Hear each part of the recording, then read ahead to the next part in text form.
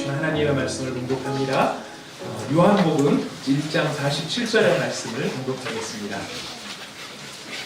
요한복음 1장 47절의 말씀입니다. 요한복음 1장 47절 다 찾으셨으면 우리 한 절 말씀인데요. 한 절 말씀을 같이 한 목소리로 읽어보도록 하겠습니다. 다 같이 읽겠습니다. 예수께서 나타나니 자기에게 오신 것을 보시고 그를 가리켜 이르시되 보라 이는 참으로 이스라엘 사람이라 그 속에 간사한 것이 없도다. 아멘. 아마 여러분들 간디에 얽힌 여러 예화들이 많이 있는데 그 예화들 중에 한두 가지를 한두 번씩은 다 들어보시는 분들도 계시라고 생각을 합니다. 사탕을 너무 많이 먹어서 이빨이 많이 썩은 아이를 데리고 온 엄마 이야기가 있습니다. 그 엄마가 간디를 찾아와서 이 모든 국민들의 존경을 받는 이 간디가 이 아이한테 사탕 먹지 마라 한마디만 해주면 이 아이가 들으리라고 기대를 한 것 같습니다. 집에서 아무리 얘기를 해줘도 얘가 사탕을 끊지를 못하고 늘 입에다가 사탕을 물고 살아가는 그 모습 때문에 아마 어머니가 간디에게까지 나온 것 같습니다.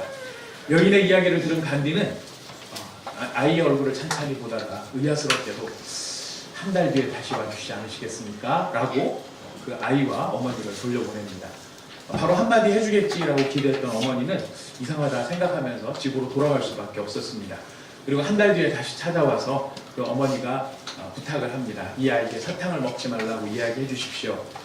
두 번째 방문을 받은 간디가 또 그 아이를 유심히 바라보다가 어머니에게 진지한 얼굴로 이야기를 합니다.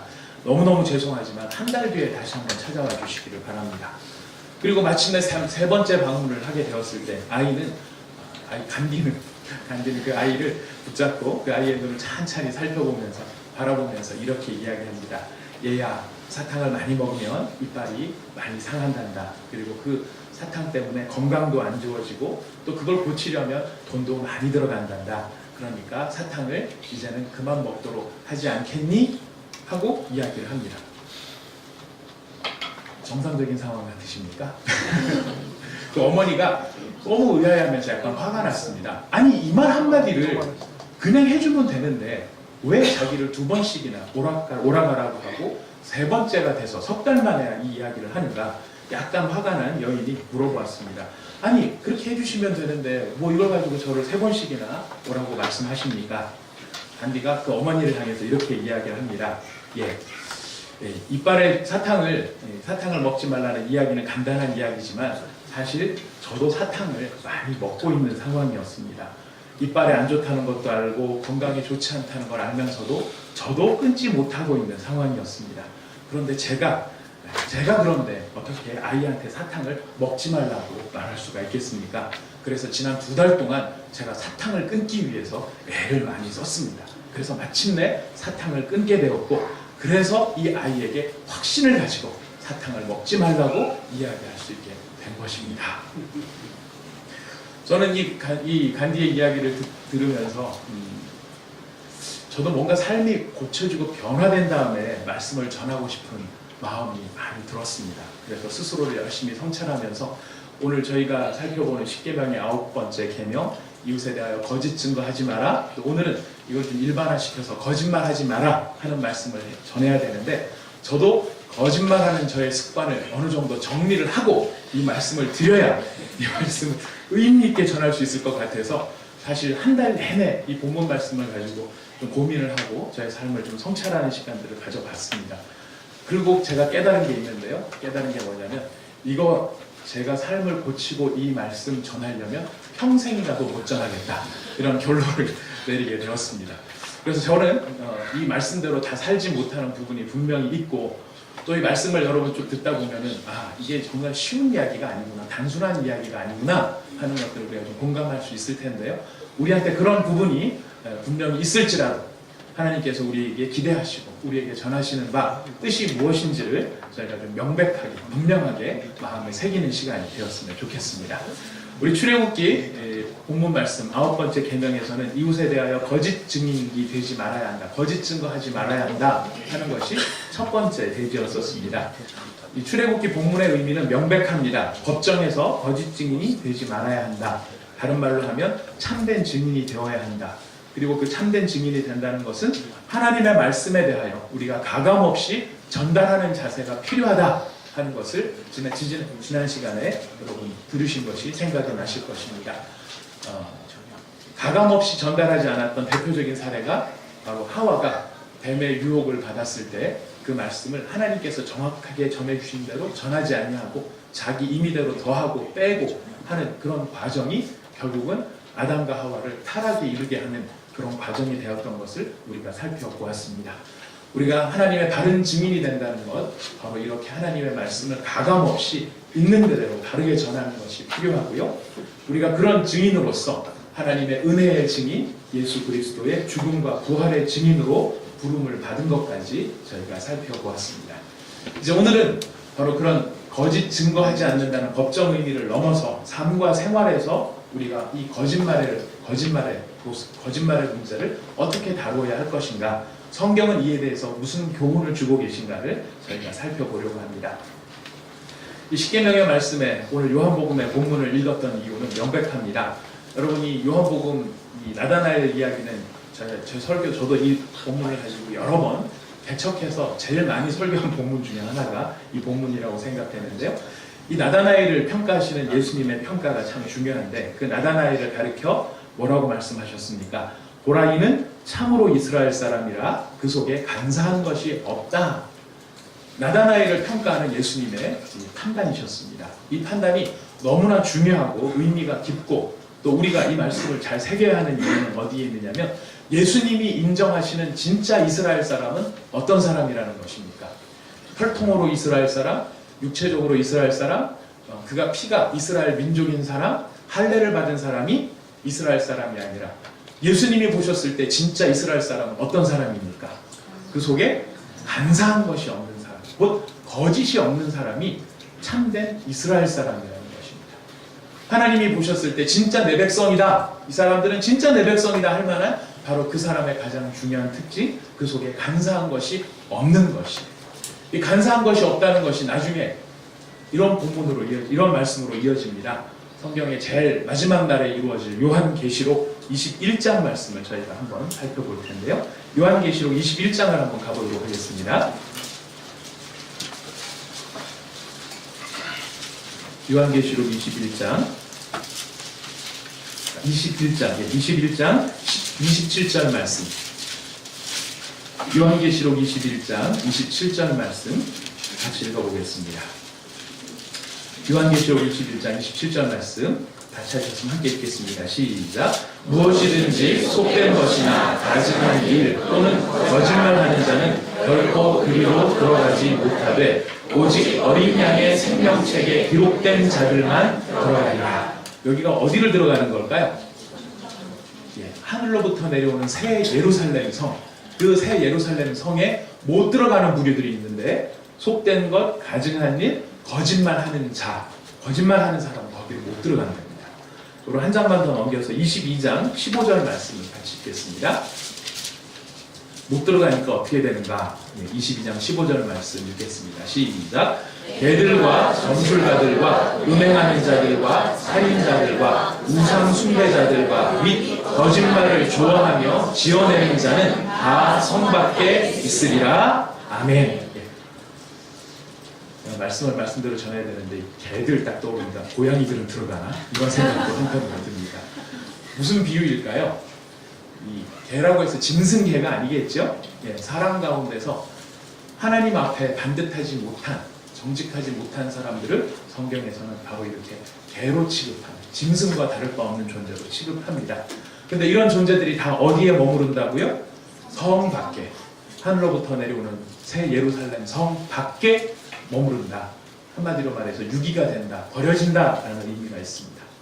우리가 거짓말한다, 거짓말하지 않는다, 인생 살아가면서 한두 번 거짓말 안 할 사람이 어디 있어? 자, 거짓말하지. 거짓말 쉽게 생각하고 우리가 사회적으로도 어느 정도 거짓말에 대해서는 용인하는 분위기가 있는 것도 사실입니다만, 그것은 세상 분위기고요.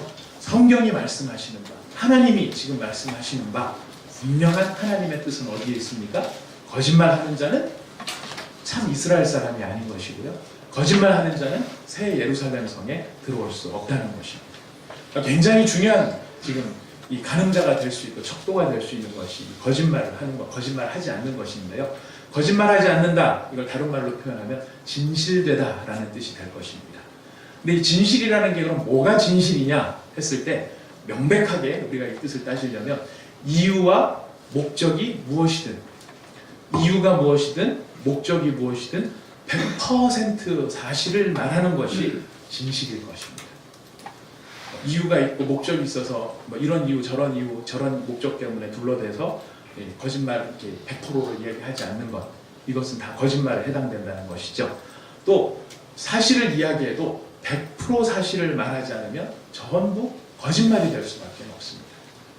완전 거짓말, 0% 진실이하고는 전혀 없는 그것도 거짓말이지만 99% 진실을 말하고 1% 진실을 말하지 않으면 그것도 거짓말이 된다는 것입니다. 자, 이렇게 되면 상당히 우리가 곤란해집니다. 진실의 정의가 이유와 목적과 여한 이 모든 걸 떠나서 100% 사실만을 말해야 된다라고 하는 것을 우리가 진실이라고 생각한다면, 그리고 또 그렇게 하지 않으면 거짓말이라고 생각한다면 우리는 상당히 곤란한 질문들을 받게 되는데요. 예를 들어서 이렇게 되는 겁니다. 그렇다면 무조건 다 진실을 경직해야 되나?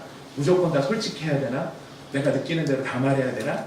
이런 거죠. 김 집사님, 집에 돈이 얼마나 있어요? 우리 어떻게 대답해야 됩니까?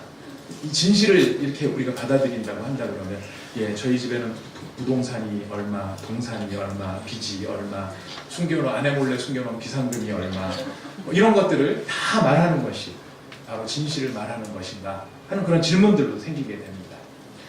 또 어떤 경우에는 이런 평가에 대해서 듣기도 합니다. 김 목사님은 김 집사 저 사람에 대해서 어떻게 생각하세요? 하고 진지하게 물어봤을 때 제가 느끼는 그대로 다 말을 하자면 이렇게도 표현할 수 있겠죠. 그 사람이 좀 마음에 안 들면 나이는 젊은 것이 버르장머리가 없고 말하는 것이 예의도 없고 집에서 교육을 받았는지도 모르겠고 어떻게 이기적이고 자기 중심적이고 자기 의견밖에는 없고 그런 얘기 안 들어주면 휙 삐져서 사람을 무시하고 인사도 안 하는 아주 나쁜 사람이지요. 이렇게 말하는 것이 제가 정직한 것이라고 한다면, 그 사람 발전 가능성이 참 큰 사람입니다. 지금은 다 못된 것밖에 없으니까 앞으로 잘하면 다 잘 될 수밖에 없으니까 앞으로 참 발전 가능성이 큰 사람입니다. 이렇게 둘러 말하는 것은 그런 거짓말인가 하는 그런 질문들도 생각이 나게 됩니다. 또 감정에 충실한 것이 정직한 것이다라고 말하는 사람들도 있습니다. 아니 느끼는 대로 다 얘기해야지, 표현해야지, 그게 정직한 거지 라고 이야기합니다. 하지만 감정이라는 것도 우리 스스로가 살펴보면 감정이 굉장히 유동성이 많아요. 아침에는 좋았는데 점심에는 싫었다가 저녁 때는 증오하고 그 다음날 아침에 다시 좋아할 수도 있는 것. 이런 감정에 순간순간 그 감정 느끼는 대로 다 표현하는 것이 과연 정직한 것인가 하는 질문을 갖지 않을 수가 없습니다. 이렇게 됐을 때 제일 어려운 지경에 처하는 사람들이 있습니다. 만약에 100% 다 정직을 다 말하는 것이 정직이라고 하면 또 그렇게 이야기해야만 거짓을 하지 않는 것이라고 한다 그러면 제일 곤란해지는 사람들이 누구냐면 군인들이에요. 군인들은 전쟁을 해야 되잖아요. 전쟁 전에도 이 준비를 해야 됩니다. 근데 상대편이 적국이 우리를 이기지 못하도록 하기 위해서 가능한 한 모든 수단과 방법을 다 동원해야 됩니다. 그래서 실력이 있음에도 불구하고 없는 척 해야 되고 실력이 없음에도 불구하고 있는 척 또 폼을 잡아야 될 때도 있습니다. 내가 동쪽을 공격하기를 원한다면 동쪽을 공격하는 게 아니라 서쪽을 막 공격하는 것처럼 만들어서 병력을 다 그쪽으로 끌어모은 다음에 약해진 동쪽을 공격해야 됩니다. 이건 다 거짓말 아닙니까? 군인들은 어떻게 해야 될까요? 우리 군인이 아닌 우리는 또 군인들이 알아서 하라고 해. 우리는 몰라. 이렇게 말하면 편할까요? 아닙니다. 이 비슷한 패러다임 가운데 있는 것들이 많이 있는데요. 대표적인 게 뭐냐면 운동 경기예요. 여러분 게임할 때, 운동 경기 할 때 그 게임을 있는 실력 그대로만 합니까? 전략이라는 게 있습니다. 작전이라는 게 있습니다. 말이 좋아 작전이죠. 내용은 무엇입니까? 상대를 속여라입니다. 내가 이길 수만 있다. 그 패러다임을 조금만 더 발전시키면 뭐가 되느냐면 사업과 장사의 영역으로 넘어가는 것입니다. 내가 돈을 벌 수 있다면 이런저런 것들, 원가 절감이라는 것도 기술 개발을 통한 원가 절감이 아니라 넣어야 될 거 들 넣고 돈 줘야 될 거 들 주고 뭐 이런 식으로 하면서 나는 이익을 봐야 되고 사업에 성공을 해야 되기 때문에 나는 이렇게 할 수밖에 없어. 소비자를 속이는 행동이 될 수밖에 없는 것이죠. 근데 이게 다 같은 패러다임에서 움직이고 있는 것입니다. 자, 그건 그렇다 쳐도 또 다른 것을 보면 이런 것도 있을 수 있습니다. 우리 사회에 한동안에 문제가 돼서 언론에서 어떤 언론에서 집중적으로 사회 운동을 하려고 했던 게 노쇼를 추방하자라는 게 있었습니다. 예, 중요한 때 예약을 받는 거죠. 그래서 100명 들어가는 식당에서 100명 다 예약을 받았는데 노쇼라고 하는 거는 예약해놓고 당일에 안 나타나는 겁니다. 근데 그 부도율이, 노쇼 부도율이 많을 때는 40%까지 이르렀다는 거예요. 그럼 식당 주인 입장에서는 100명분 식당을 다 이렇게 음식을 준비했는데 40명이 안 나타나니까 그 음식 다 어떻게 합니까? 자기가 먹는 것도 1, 2인분이지 40인분은 어떻게 먹겠습니까? 그런 재정적인 손해가 끼쳐지는 것. 이게 다 거짓말의 한 유형들이고요. 직업적인 특성 때문에 습관화된 태도들을 갖는 사람들이 있습니다. 예를 들어서 의사 선생님, 불치병, 난치병 환자들에게 점점 더 좋아지고 계십니다. 희망을 가지세요. 괜찮아질 겁니다. 근데 사실 이 사람은 점점 나빠지고 있어요. 그럼 정직해야 된다고 뭐라고 얘기해야 될까요? 당신은 어제보다 오늘이 더 나빠졌습니다. 마음의 준비를 하시고 속히 어떻게든지 될지 모르니까 여러분 똑바로 하세요. 이제 이렇게 말하는 것이 과연 정직합니까? 변호사들은 이렇게 이야기하죠. 이 사건 이길 가능성이 있어 보입니다. 이렇게 해야 어떻게 합니까? 수임을 받게 되죠. 장사하는 사람들 이거 손해보고 파는 거예요. 이거 팔아도 별로 안 남아요. 원가가 얼마인데 딱 1,000원 붙여서 파는 거예요. 모르죠? 예. 학원 강사들은 뭐라고 얘기합니까? 얘가 가능성이 있어 보여요. 좀만 해보면 나아질 것 같아요. 등록하세요. 이것들이 다 우리도 모르게 습관화되어 있는, 우리 몸에 젖어 있는 부분들인 것입니다. 이 사람들만 문제일까요? 목사들도 문제입니다. 제가 참 회개 많이 했습니다. 목사들의 직업적 특성상 몸에 밴 습관 뭐가 있을까요? 기도하겠습니다. 제가 꼭 기도하겠습니다. 제가 이 지적을 듣고 너무너무 찔린 바가 커가지고 회개를 했어요. 제가 그래서 6개월 전부터는 의식적으로 마음에 각오를 하고 연습을 합니다. 기도하겠다는 말을 하면 진짜 한마디라도 꼭 기도를 하고 그 다음에 기도하겠다는 말을 하려고 하고요. 문자를 보낼 때 제가 기도하고 있습니다. 이 문자를 힘을 내십시오, 성도님. 이런 문제에 대해서 제가 기도하고 있습니다. 문자 보내기 전에 꼭 눈을 감고 최소한 1분에서 5분이라도 하나님 이 문제 해결해 주십시오 하고 보내기를 누릅니다. 몸부림을 치고 있습니다. 자, 그러나 이런 관용적인 태도들이 나쁜 의도로 되는 것입니까? 사실은 나쁜 의도만 있는 것은 아닙니다. 뭔가 위로해주고 뭔가 힘을 주고 싶어하는 마음이 있죠. 보편적인 이 상황, 우리들의 상황 속에서 가장 보편적으로 지금 잘 안 되고 있는 것 중에 하나가 뭐냐면 서약이나 언약이나 약속을 형식적으로 다루는 경우들도 많다는 거예요. 결혼 서약도 있죠. 또 제자훈련 받을 때 서약합니다. 주일은 절대 빠지지 않겠습니다. 숙제는 철저히 하겠습니다. 제자훈련 받고 난 다음에 사역훈련 받을 때 또 한 번 합니다. 순장 파송 받을 때 한 번 더 하죠. 순장 모임에 절대 빠지지 아니하고 빠지시는 순장님들 회개하시기 바랍니다. 순장 모임 절대 빠지지 아니하고 주일은 철저히 지킬 것이며 어떤 경우라도 교역자와 명확하게 선명하게 소통을 하며 이 모든 것에 대하여서 교회 지도를 잘 따르겠습니다. 서약할 때는 그렇게 서약을 해놓고 실제로 시행할 때는 어떻게 합니까? 그거 말이 그렇다는 거지. 진짜 누가 그렇게 살겠대? 이런 태도가 우리들 모두에 젖어들 수 있다는 겁니다. 자, 그 모든 게 다 뭐라고요? 거짓말에 해당되는 것이라는 겁니다.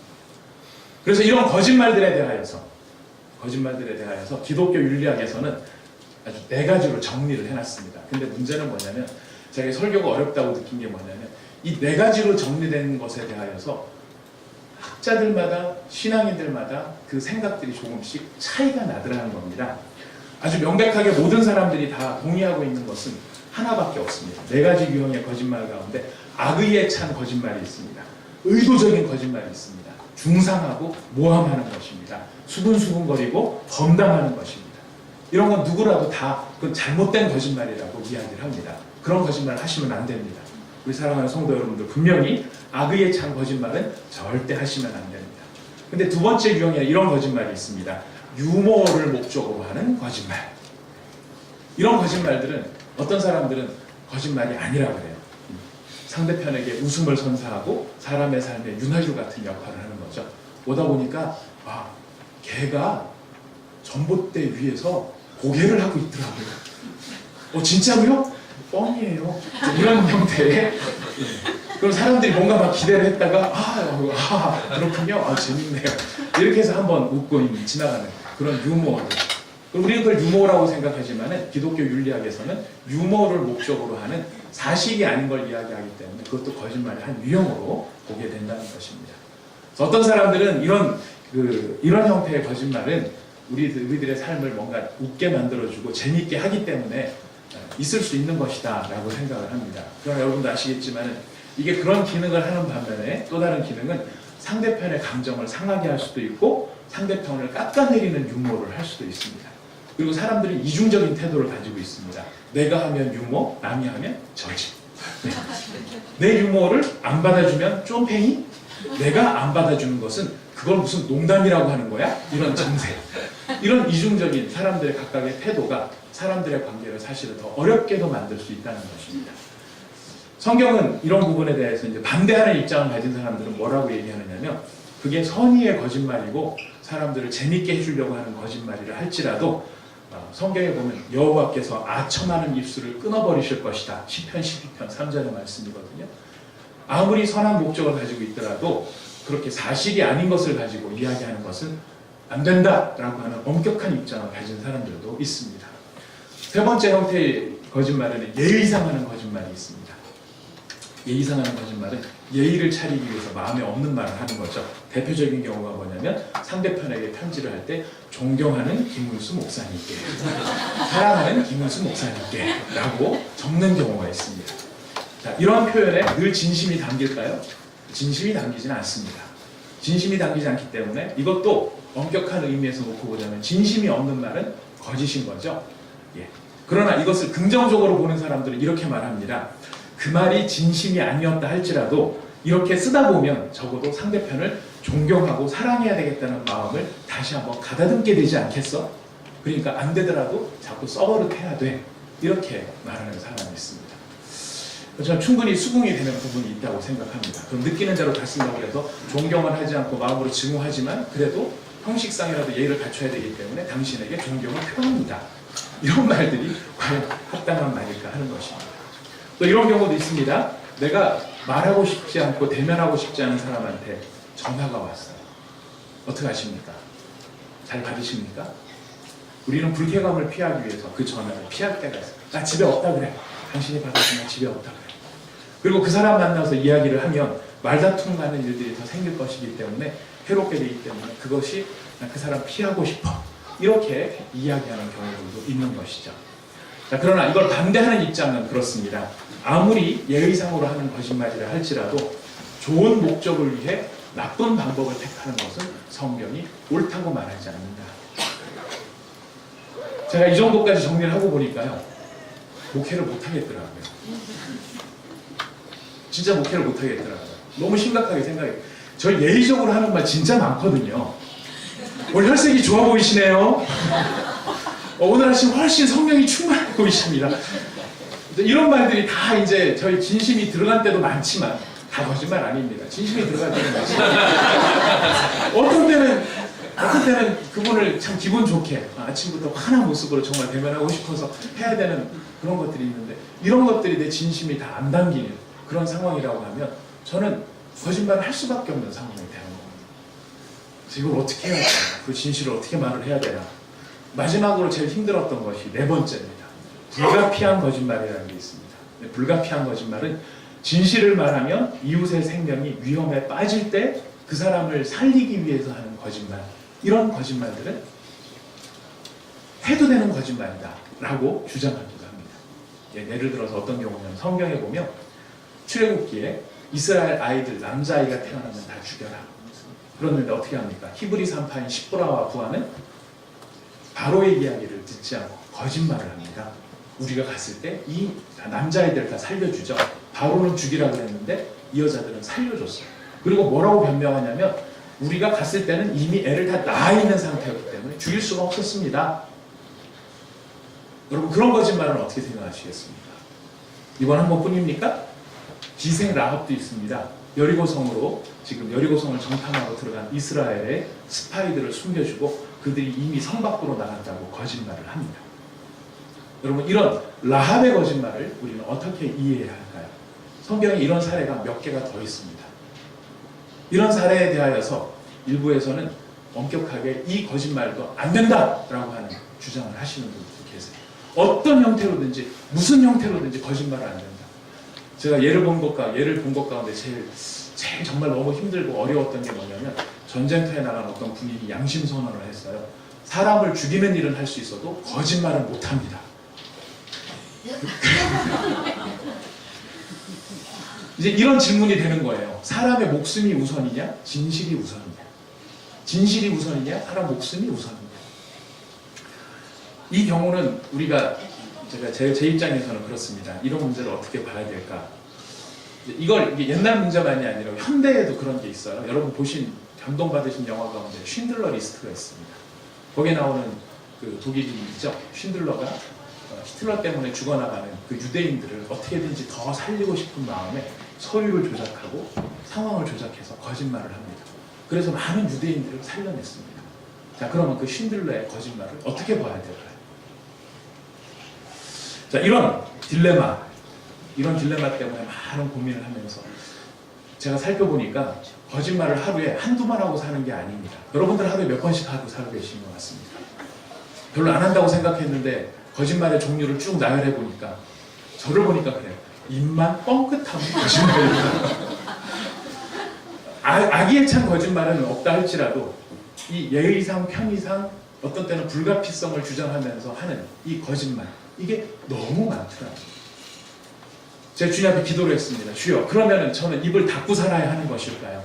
어떻게 하는 것이 옳은 것입니까? 어떻게 하면은 이 문제를 어떻게 이해하면 좋은 것일까요? 말씀 가운데 이 말씀을 묵상하면서 깨닫게 되는 것은 하나입니다. 이런 거짓말을 하지 말아야 되겠다라고 해서 거짓말 할 수 없는, 안 하는 존재.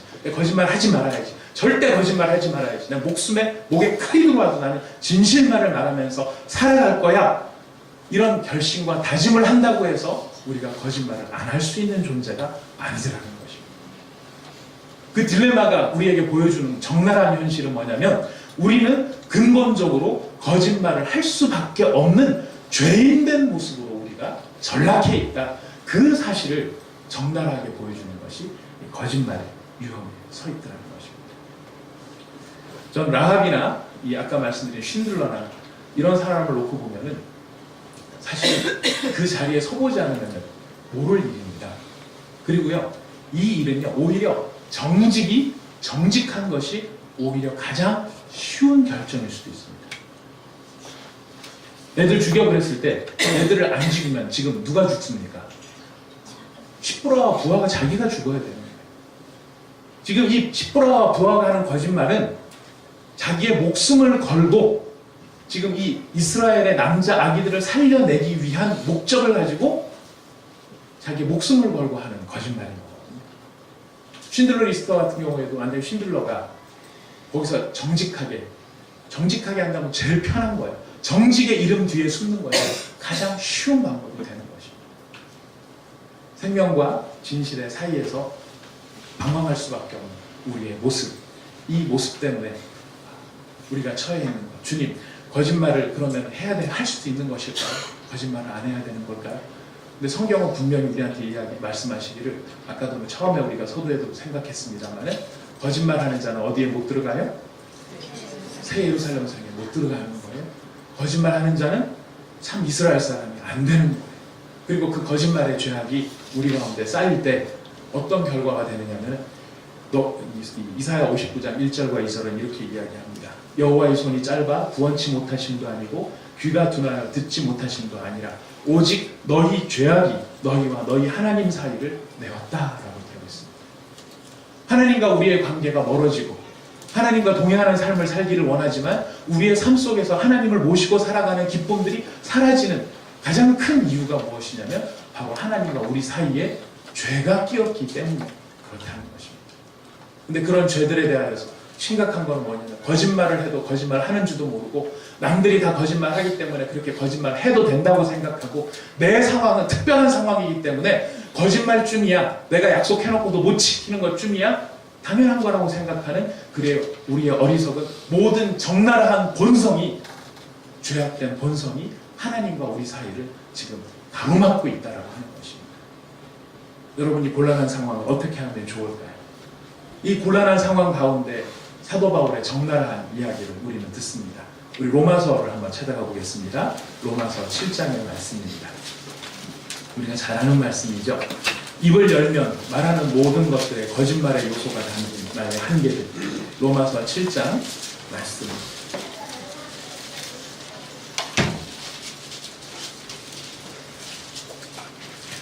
로마서 7장 15절 말씀부터 우리 같이 한번 말씀을 제가 그만할 때까지 읽어보도록 하겠습니다. 시작. 내가 행하는 것을 내가 알지 못하노니 곧 내가 원하는 것은 행하지 아니하고 도리어 미워하는 것을 행함이라. 만일 내가 원하지 아니하는 그것을 행하면 이로써 율법이 선한 것을 시인하노니 이제는 그것을 행하는 자가 내가 아니요 내 속에 거하는 죄니라. 내 속 곧 내 육신에 선한 것이 거하지 아니하는 줄을 아노니 원함은 내게 있으나 선을 행하는 것은 없노라. 내가 원하는 바 선은 행하지 아니하고 도리어 원하지 아니하는 바 악을 행하는도다. 만일 내가 원하지 아니하는 그것을 하면 이를 행하는 자는 내가 아니요 내 속에 거하는 죄니라. 그러므로 한 법을 깨달았느니 내가 한 법을 21절 다시 읽습니다. 그러므로 내가 한 법을 깨달았노니 곧 선을 행하기 원하는 나에게 악이 함께 있는 것이로다. 내 속사람으로는 하나님의 법을 즐거워하되 내 지체 속에서 한 다른 법이 내 마음의 법과 싸워 내 지체 속에 있는 죄의 법으로 나를 사로잡는 것을 보는도다. 오라 나는 곤고한 사람이로다. 이 사망의 몸에서 누가 나를 건져내까지입니다. 오라 나는 곤고한 사람이로다. 이 사망의 몸에서 누가 나를 건져내랴. 우리가 처해 있는 적나라한 죄인된 우리의 본성이고 모습인 것입니다. 여러분 우리가 이렇게 대충 서로 다 이 한계를 갖고 살다 보니까 우리가 서로 그래 이 정도 하면 됐어 이 정도 하면 됐어 하고 지나가기 때문에 우리한테 무엇이 사라지냐면 신앙의 기쁨이 사라지고 있는 것입니다. 이 문제를 우리는 어떻게 처리하면 좋을까요? 이 문제를 우리가 어떻게 처리하면 좋을까요? 우리가 열왕기 하에 있는 말씀을 가지고 이 우리의 거짓말을 할 수밖에 없는 우리의 본성의 문제를 우리가 어떻게 해결해야 될까 하는 것을 마지막으로 생각해 보도록 하겠습니다. 열왕기하 2장에 있는 말씀을 가보겠습니다.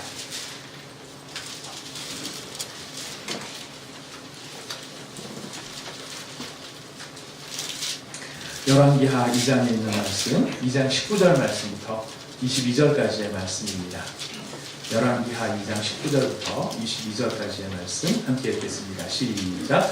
그 성읍 사람들이 엘리사에게 말하되 우리 주인께서 보시는 바와 같이 이 성읍의 위치는 좋으나 우리 아픔으로 토산이 익지 못하고 떨어지나이다. 엘리사가 이르되 새 그릇에 소금을 담아 내게로 가져오라 하매 곧 가져온지라. 엘리사가 물 근원으로 나아가서 소금을 그 가운데 던지며 이르되 여호와의 말씀이 내가 이 물을 고쳤으니 이로부터 다시는 죽음이나 열매 맺지 못하니 없을지니라 하셨느니라 하니 그 물이 엘리사가 한 말과 같이 고쳐져서 오늘날에 이르렀더라. 여러분 이 성읍의 근본적인 문제가 무엇이었습니까? 위치는 좋은데 물이 나쁨으로 결과가 어떤 결과가 나옵니까? 토산이 익지 못하고 떨어지는 거예요. 토산이라는 게 뭐죠? 그 땅에서부터 나오는 열매들입니다. 제가 이 본문 말씀을 사실 깊이 묵상했던 배경은 다른 데 있지 않습니다. 제가 교회를 개척하고요. 쭉 이렇게 말씀을 전하고 성도님들 많은 분들이 오셨다가 한두 번 보시고 가시고 그리고 좀 나오시다가 어떤 분은 안 나오시기도 하시고 그런 상황이 이렇게 저한테는 예민하게 느껴져서 하나님 토산이 익지 못하고 떨어지나이다. 땅의 열매가 익지 못하고 떨어지나이다. 왜 이게 익지 않고 빨리 이렇게 그만두고 가시고 다른 데로 가시고 왜 그럴까요? 하는 저의 목회적인 고민이 많이 있었을 때 이 본문 말씀을 살펴보게 되었습니다. 이 본문 말씀을 살펴보니까 이 본문에서 이 토산이 익지 못하고 물이 나빠서 떨어지는 이 부분에 대한 하나님의 해법이 무엇이냐면 물 근원으로 가서 소금을 그 가운데 던지며 여호와의 말씀을 선포하라고 되어 있습니다. 제 자신의 모습을 들여다보면서 토상이 일찍 떨어지는 이유는 그 사람들이 나빠서의 문제가 아니라 근본적으로 너 자신의 중심과 심령과 영혼이 하나님의 소금으로 새로워져야 한다. 네 마음의 물 근원 자체가 본질적으로 바뀌지 않으면 이 일들은 근본적으로 계속해서 이런 일들은 반복될 수밖에 없을 것이다 하는 위로의 말씀을 제가 받았던 것입니다. 아멘. 문제가 되어지는 것은 뭐냐면 저의 말씀 안에, 제 영혼 안에 있는 제 안으로 제가 말이 나오고 기도가 나오고 말씀을 증거하는 일이 나오지만 입에서 나오는 이야기가 아니라 그 이야기가 나오는 너의 근본이 하나님 앞에서 소금으로 새로워지지 않으면 안 된다는 것이었습니다. 그런데 이것이 저의 목회적인 고민만의 문제가 아니라 오늘 이 거짓말을 할 수밖에 없는 우리의 인간의 존재의 본성을 바라보면서 저는 동일한 해답을 찾을 수밖에 없더라는 것이죠. 무엇입니까? 거짓말을 할 수밖에 없는 내 모든 관계가 끊어지고 사람들과의 관계가 나빠지고 나는 노력을 하는데 이 일들은 잘 안 되고 한다고 성의 있게 하지만은 우리 앞에 벌어지는 모든 일들은 손을 대면 될수록 어려워짐을 경험하는 것, 심지어는 하나님과의 관계조차도 어려워지는 바로 그런 우리의 문제를 어떻게 해결할 것인가? 방법은 딱 하나입니다. 우리의 영혼의 근원을 그리스도의 약속의 언약, 그 소금으로 예수 그리스도의 십자가의 그 언약으로 우리를 근본적으로 새롭게 하지 않는 한 우리는 그런 일을 반복적으로 경험할 수밖에 없다는 것이죠. 자, 그렇다면 우리가 정말 아름다운 결과를 얻기 위해서는 어떻게 해야 됩니까? 우리 자신의 영혼을, 우리의 심령을, 우리의 마음을 그리스도 예수로 말미암아 새롭게 하고 그분이 우리를 치유하시고 그분이 우리를 온전케 하시고 우리를 완전히 변화시켜서 악한 물, 나쁜 물에서 좋은 물로 바꿔주셔야만 한다는 것입니다. 우리가 예수 앞에 나가서 예수 안에서 새로워지지 않으면 우리는 거짓말 할 수밖에 없는 우리의 존재의 본질을 바꿀 수가 없다는 것입니다. 우리가 신앙생활을 하면서 많이 추억하는 것 가운데 하나가 무엇입니까? 첫사랑을 회복하고 싶기를, 행복하기를 원합니다. 상담을 하다 보면 그런 얘기를 가끔씩 듣습니다. 첫사랑을 회복하기를 원합니다. 예수님 처음 믿었을 때 그 뜨거운 열정과 사랑을 회복하기를 원합니다. 근데 여러분 그거 아십니까? 그 첫사랑이 무엇 때문에 일어난 감동과 열정인지 아십니까? 그 첫사랑일 때 무슨 일이 있었는지 아십니까? 왜 그때 그런 열정과 감동이 일어나느냐면 그 열정과 감동의 가장 근원에는 죄사함의 용서가 있었고 죄사함 받은 기쁨이 있었던 것입니다. 그 죄사함을 받은 기쁨과 용서가 나를 자유케 했고 나를 새롭게 했기 때문에 그때는 뭐를 해도 즐겁고 뭐를 해도 행복한 거였어요. 근데 왜 지금은 그런 기쁨이 회복이 되지 않고 모든 일을 해도 어려울까요? 바로 이 문제로 돌아오게 되는 것입니다. 우리가 하나님 앞에 나가 예수 앞에 나가 그 소금 언약으로 날마다 우리 자신을 정결케 하고 새롭게 하고 내가 지은 모든 죄에 대한 죄의 용서를 받았다는 사실을 그 기쁨을 우리가 회복하지 않는 한 우리는 첫사랑의 행복을 다시 경험할 수 없다는 것입니다. 오늘 거짓말을 다루시는 성경의 가르침을 생각하면서 우리는 내가 신앙 안에 들어와 있지만 그래서 신앙 안에 들어와서 이런 것 저런 것 잘하면서 꽤나 괜찮아졌다라고 생각하지만 그 열매가 우리를 이야기합니다. 너의 기쁨이 어디에 있느냐? 너의 즐거움이 어디에 있느냐? 교회 가는 것이 행복하냐? 교회에서 무슨 사역을 하는 것이 너의 마음에 즐거움이 되고 감사가 되느냐? 해결되는 유일한 방법은 무엇입니까? 하나밖에 없습니다. 우리의 영혼의 근원에, 우리의 심령의 근원에 예수 그리스도의 사랑의 언약, 십자가의 언약이 소금으로써 우리 안에 던져져야 하고 그 소금으로 던져진 그 언약이 우리를 새롭게 하고 우리가 지었던 모든 죄에 대하여 다시 한번 용서함을 받고 하나님 앞에 거룩해지는 것, 이것만 우리 안에 기쁨을 회복하는 유일한 방법인 것입니다. 아멘. 사랑하는 성도 여러분, 예수님을 다시 만나실 수 있기를 바랍니다. 내 자신의 문제를 발견하면서 내 안에 있는 여러 답답한 것들을 발견하면서 다시 한번 우리가 주님 앞에 나아가기를 원합니다. 주여 내 영혼의 물건원을 새롭게 하여 주시옵소서. 아멘. 내 영혼의 물건을 그리스도 십자가의 소금의 언약으로 나를 새롭게 정결케 살아있는 물이 되게 하여 주시옵소서.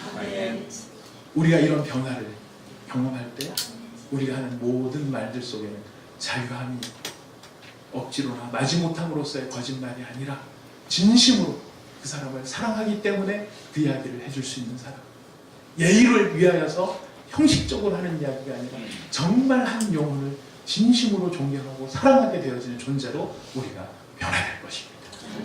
우리 하나님께서 우리를 이런 죄사함의 기쁨을 회복하시고 우리의 물건원을 새롭게 하시고 하나님 앞에서 이 거짓의 문제들을 풀어 하나님이 찾으시는 참 이스라엘 사람, 새 예루살렘 성 가운데로 초청받아 들어갈 수 있는 바로 그런 아름다운 사람으로 우리 모두를 만들어 주실 줄 믿습니다. 기도하겠습니다.